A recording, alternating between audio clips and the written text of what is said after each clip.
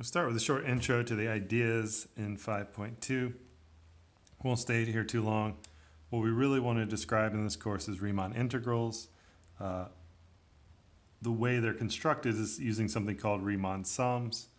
And what we want to establish in the latter parts of this chapter is how the fundamental theorem of calculus can be used to compute Riemann integrals using indefinite integrals. So we'll be able to use indefinite integrals that we already sort of have some idea about how they go to compute definite integrals, which for us are going to be Riemann integrals. So what are we doing with these things? So the whole idea is we're going to use these constructions to measure area. And this one, the Riemann sum, is going to be an approximation, and the Riemann integrals will be an exact value. Okay, but we use the approximation to define the Riemann integral using limits. So let's see how it goes. In the Riemann sum, and we'll do some examples of this, the idea is that we're going to chop this interval up. So let's say we want to know the area. So maybe we'll start over here. The thing we want to measure is the area under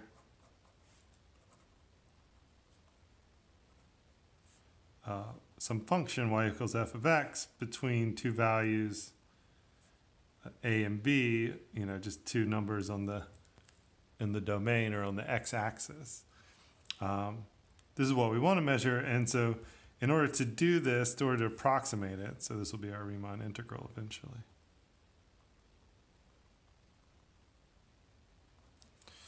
In order to approximate it, we're going to break this up into shapes that we know how to take the area of, and those shapes are rectangles. And there are all kinds of approximation using other shapes, but we'll use rectangles.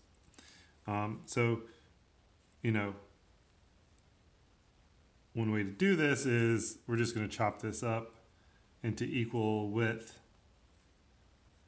intervals. We'll say we just used 5 rectangles. And then you need to choose some way of relating the height of the rectangle to the function. So we're going to try to fill sort of the inside of this shape with rectangles in a way that we believe is approximating the area.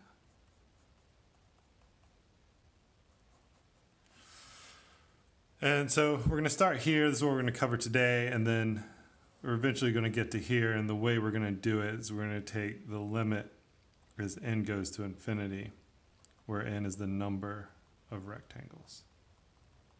So in the next video, we're going to actually do an example of this.